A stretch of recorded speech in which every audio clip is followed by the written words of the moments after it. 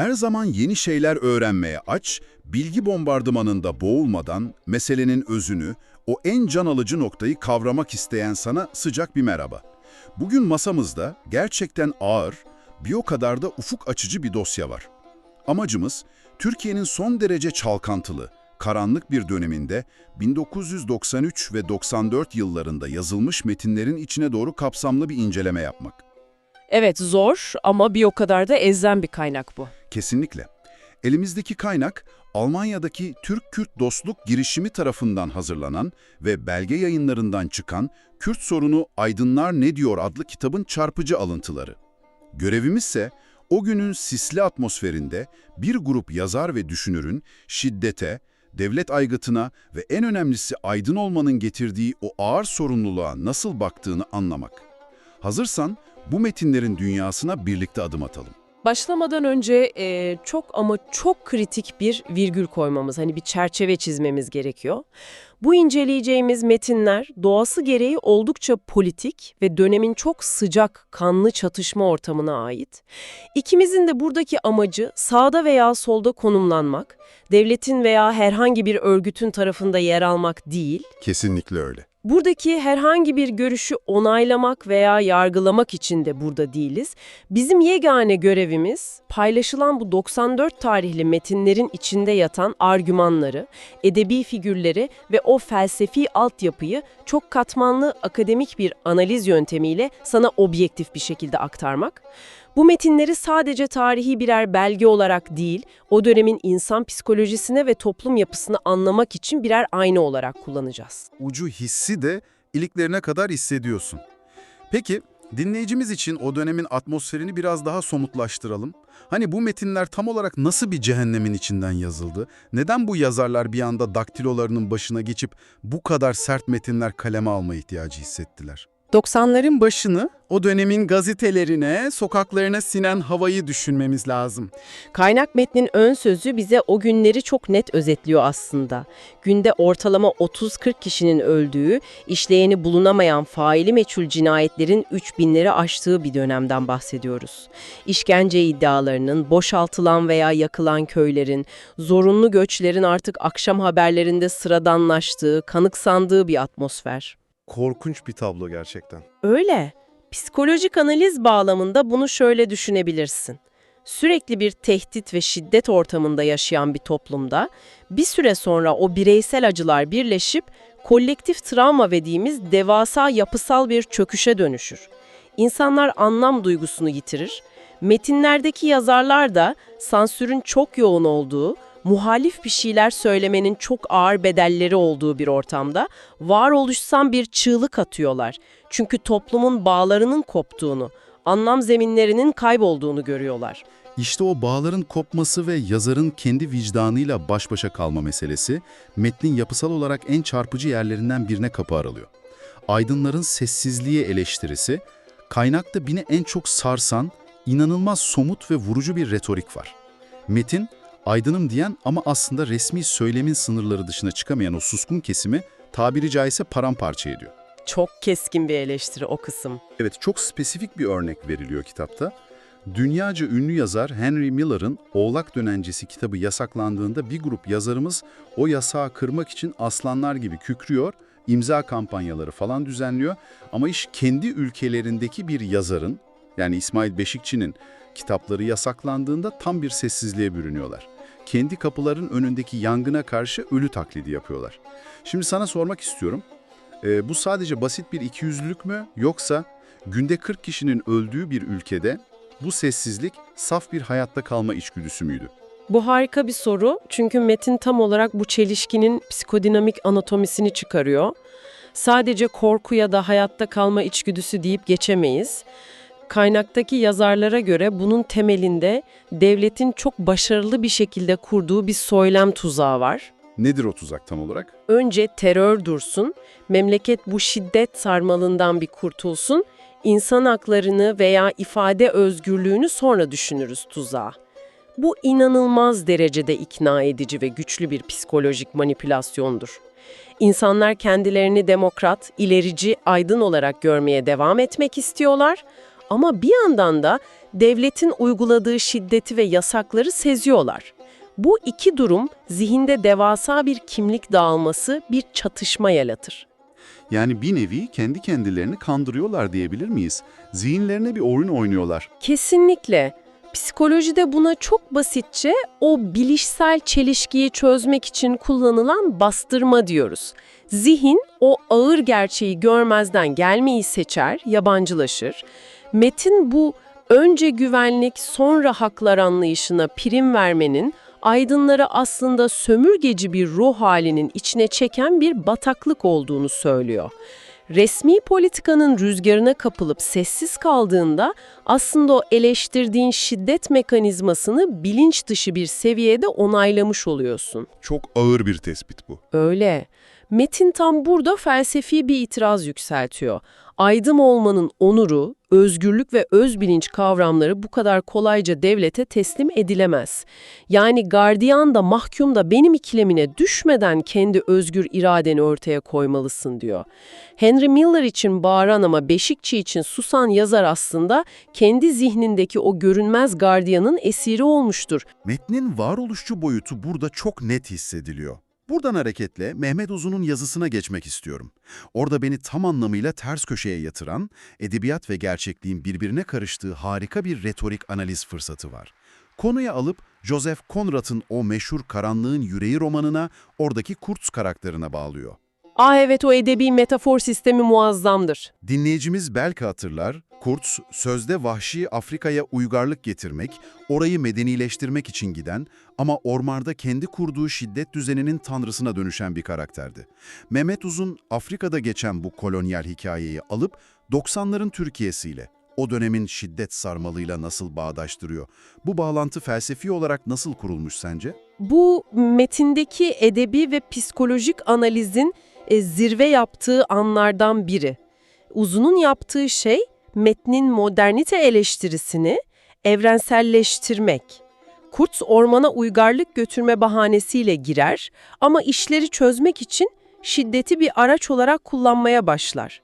Metnin bize anlattığı o müthiş varoluşsal tespit şudur: şiddeti bir araç olarak kullandığınızda bir süre sonra o nihilizmin, o şiddetin dayanılmaz çekiciliğinin esiri olursunuz.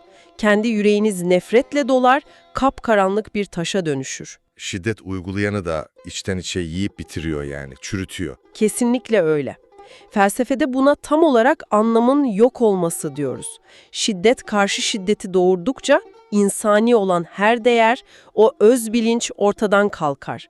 Gücün tek geçer akçe olduğu bir boşluk, bir varoluşsal çöküş yaşanır. Ve bu noktada metin, Kurtz'un bu karanlık zihniyetiyle Esat Mahmut Karakurt'un 1930'lara ait o korkunç ırkçı satırları arasında bir köprü kuruyor. O satırları okurken gerçekten sarsıldım. Kürtler için kullandığı ifadeler akıl alır gibi değil. Hayvan hayatı yaşayan, vahşi, göz oyan, tırnak söken şeklinde tanımlamalar yapıyor. Okurken bile insanın tüyleri ürperiyor. Bu düpedüz karşındakini insanlıktan çıkarmak. Tam isabet. Psikoloji ve sosyolojide biz buna tam olarak dehümanizasyon, yani insan dışılaştırma diyoruz. Çok basit ama çok karanlık bir mekanizmadır bu. Eğer birine şiddet uygulamak istiyor ama vicdan azabı çekmek istemiyorsan, ilk yapman gereken şey onu insan kategorisinden çıkarmaktır. Karşındakine hayvan, vahşi veya canavar olarak etiketlediğinde ona yapacağın her türlü zulmü kendi vicdanında ve toplumun gözünde meşrulaştırmış olursun. Metin, bu ötekileştiren dilin nasıl devasa bir korku imparatorluğu yarattığını çok net gösteriyor. Korku imparatorluğu sadece dağda, bayırda veya çatışma bölgelerinde kalmıyor, toplumun kılcal damarlarına kadar iniyor, değil mi? Kesinlikle. Doğan Görsev'in metninde bahsettiği o askeri tabu meselesi tam da bu noktada devreye giriyor. O kısmı okuduğumda meselenin sadece siyasilerin aldığı kararlar olmadığını, çok daha köklü, yapısal bir toplumsal kodlama olduğunu hissettim. Kesinlikle haklısın. Görsev, meselenin sosyolojik boyutuna, o modern insan ve devlet ilişkisine çok keskin bir neşter vuruyor. Her Türk asker doğar inancının ilkokul kitaplarındaki okuma fişlerinden, cami vaazlarına, hatta küçük çocukların ellerine oynamaları için verilen plastik kurşun askerlere kadar nasıl ilmek ilmek işlendiğini anlatıyor. Herkesin asker olduğu bir toplumda sivil düşünceye yer kalmıyor tabii. Aynen öyle. Toplumun bu kadar militarize olması, kaba bir şovinizmin her yeri sarması aslında modern ulus devletin bireyi nasıl araçsallaştırdığının, nasıl bireyselleşmeyi ezdiğinin bir göstergesi. Herkesin kendini asker olarak gördüğü, çözümün sadece yok etmek üzerine kurulduğu bir zihniyette rasyonel düşünme şansınız kalmaz. Bu bağnazlaştıran, sağduyuyu engelleyen devasa bir duvara dönüşür. Peki ya umut? Yani metnin yapısal analizine baktığımızda hep bir karanlık tasviri mi var? Giriş ve gelişme bölümlerinde o ağır tablo, faili meçhuller, karanlık yürekler insanın üzerine çöküyor. Ama aydınlar sadece bu nihilizmi içinde kaybolup gitmiyorlar. Yapısal olarak metnin bir dönüşüm momenti, bir umut noktası var. Sonlara doğru o teorik teşhislerden çıkıp somut çözüm arayışlarına geldiğimizi görüyoruz. Evet, o kavramsal ilerleyiş metnin çok güçlü bir yönü. Ömer Polat'ın metninde o kadar bilgece, o kadar Anadolu'nun toprağına has bir söz var ki, acı tohumdan kin biter. Çok net, çok basit ama bir o kadar derin bir tekrar ve vurgu tekniği kullanılmış. Çatışmalarda ölen her iki taraftan gençlerin toprağa düşen birer acı tohum olduğunu ve gelecekte içinden çıkılmaz binlerce kin filizi büyüteceğini söylüyor. Çözüm olarak da pratik adımlar sıralanmış, olağanüstü halin derhal kaldırılması, köy koruculuğu sisteminin dağıtılması ve genel af gibi. Bunlar dönemin sıcak siyasetine yönelik çok cesur yapısal öneriler. Kesinlikle. Ama dürüst olayım, bu somut öneriler bir yana, retorik ve üslup olarak beni darmadağın eden kısım, Akadir Konuk'un metnindeki o fotoğraf anıydı. Konuğun masa başındaki o meditatif, içsel monoloğundan bahsediyorsun değil mi? Evet, tam olarak o. Konuk masa başında oturmuş, önünde duran fotoğraflara bakıyor. Metin, inanılmaz bir metafor sistemi kuruyor orada. Otopsi masasını andıran bir çalışma masası, ortada kemikler, parçalanmış insan cesetleri, yakılmış yıkılmış köylerin fotoğrafları. O acı dolu anı anlatırken sanki o fotoğraflar dile geliyor ve doğrudan gözün içine bakarak soruyor, bizi neden öldürdüler? Bu sorunun ağırlığı altında eziliyorsun. Bu sadece bir yazarın hüznü değil. Hayır, kesinlikle değil. O fotoğraf anı, psikolojik analizde kullandığımız mezarsız acı kavramının veya o kolektif yas tutamama durumunun en epik anlatımlarından biridir. O parçalanmış bedenler ve yakılmış köyler aslında sadece fiziksel bir yıkımı değil, ortak bir toplum olma hissinin, anlam zeminlerinin parçalanışını temsil ediyor. Eğer bir toplum kendi içindeki bu kanayan yarayı görmezden gelir, o kemiklerin ve fotoğrafların sorduğu neden sorusuyla yüzleşmezse, o travma bilinç dışında nesilden nesile aktarılır. Sağman'ın yapısal bir karaktere bürünmesi dedikleri şey bu olsa gerek. Ta kendisi. Allah! Kadir Konuk bunu anlattıktan sonra çok ilginç bir şekilde meseleyi Avrupa'ya evrensel bir düzleme çekiyor. Belçika örneğini veriyor hatırlarsan. Dünyanın geri kalanının o eski milliyetçi, tek tipçi politikalardan nasıl uzaklaştığını göstermek istiyor. Brüksel'in kapısını aşındıranlar, Gent şehrindeki tabelaların hem Flamanca hem Fransızca yani iki dilde yazıldığını fark edemeyecek kadar kör mü diye soruyor.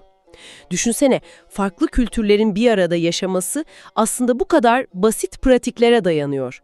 Bu, devletin tek tipleştirici yapısına karşı atılmış çok güçlü sosyolojik bir umut çığlığıdır. Bir arada yaşamak. Bu aslında insanlık tarihi kadar eski bir o kadar da kanlı bir mesele. Metin tam da bu noktada o medeniyet ve şiddet ilişkisini efsanevi bir tarihi anekdotla paramparça ediyor. Felsefi analizimizin belki de kalbini oluşturan kısım burası. Büyük İskender ve Nüşabe'nin hikayesi. Ah, o bölüm metnin entelektüel derinliğini inanılmaz artırıyor. İskender'i hepimiz biliriz. Tarihin o yenilmez fatihi. Gittiği her yeri kılıçtan geçiren ve bunun adına da uygarlık diyen komutan. Bir gün bir kadınla, Nüşabe ile karşılaşıyor. Nüşabe, İskender'in o çok değer verdiği elmasları, yakutları önüne koyuyor ve diyor ki, bunlar yemeğe yarar mı? Bunlar için binlerce insanın vuruşmasına, kan dökmesine değer mi? İnsandan daha önemli bir şey yok, çarpışmaya ne gerek var? Metin, burada bizi sarsıcı bir modernite eleştirisine itiyor. Uygarlığın temeline Nüşabe'nin bilgeliğini değil, İskender'in kan döken zihniyetini koymuşuz. Nüşabe'nin bu çıkışı bizi doğrudan varoluşçuluğun o temel sorusuna götürüyor. Modern insan uygarlık, beka, devlet gibi devasa, dokunulmaz, soyut kavramlar uğruna o nefes alan, canı yanan, somut insan gerçeğini feda etmiştir. Düşünsenize, bu aslında felsefi olarak ne kadar trajik bir durum. İnsan kendi yarattığı kurumlar için yine kendi türünü yok ediyor. Tam bu noktada Arif Gelin'in metninde alıntıladığı Alman yazar Hermann Hesse'nin sözüne girmemiz şart. Çok çarpıcı bir alıntıydı o. Hesse diyor ki, savaşın dışarıdan değil de bizzat sizin tarafınızdan yaratıldığını ve istendiğini kabul ederseniz barış yolu önünüze açılmıştır.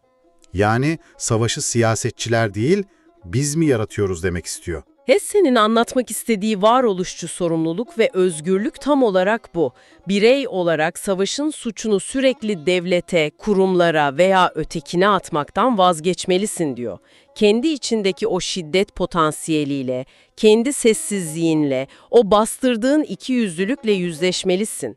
Gerçek bir öz bilinç ancak böyle uyanır. Ve Hesse o vurucu cümleye ekliyor, ben de bir yurtseverim ama önce insanım. Bu ikisinin bağdaşmadığı yerde her zaman insana hak veririm. Yani ideolojik aidiyetler insan hayatının kutsallığının önüne geçemez. Yurtseverlik ile insanlık çeliştiğinde her zaman insanı seçmek. Gerçekten sarsıcı ve insanın yönünü bulmasını sağlayan net bir felsefi pusula. Kesinlikle. Dosyamızı yavaş yavaş toparlayacak olursak, 90'ların o barut kokan, karanlık atmosferinde yazılmış bu alıntılar sadece spesifik bir dönemin siyasi krizinin belgeleri değil. Biz bugün bu metinler üzerinden aslında insanın şiddetle olan evrensel sınavını, devlet denen mekanizmanın ağırlığını ve aydın olmanın getirdiği o büyük vicdan yükünü konuştuk. Genel bir değerlendirme yapmam gerekirse söylediklerine tamamen katılıyorum. Bu metinleri sadece dönemin siyasi bir analizi gibi okumak onların edebi gücüne ve felsefi derinliğine büyük haksızlık olur. İçlerindeki o meditatif ve zaman zaman ajitatif ton, kullanılan güçlü metaforlar bu yazıları sıradan siyasi denemeler olmaktan çıkarıp akademik bir makalede bile tartışılabilecek felsefi metinler haline getiriyor. Ancak geçmişi anlamak kadar o geçmişin bugün bize ne söylediği de önemlidir. Kesinlikle katılıyorum. Geçmiş, bugünün aynasıdır sonuçta. Burada sana, yani bugünün dinleyicisine dönüp şu soruyu sormak istiyorum. Bilgiye saniyeler içinde ulaştığımız, dünyanın öbür ucundaki bir acıyı cep telefonumuzun ekranından canlı canlı izleyebildiğimiz bu modern çağda, toplumların o derin, kolektif travmalarla yüzleşmekten kaçınma refleksleri gerçekten değişti mi? Yoksa sadece sessizliğimizin ambalajı mı değişti? O sessizlik ambalajı meselesi bugünün en büyük problemi belki de. 94 yılında aydınlar devletin resmi sansüründen ve baskısından dolayı susuyordu ya da buna zorlanıyordu.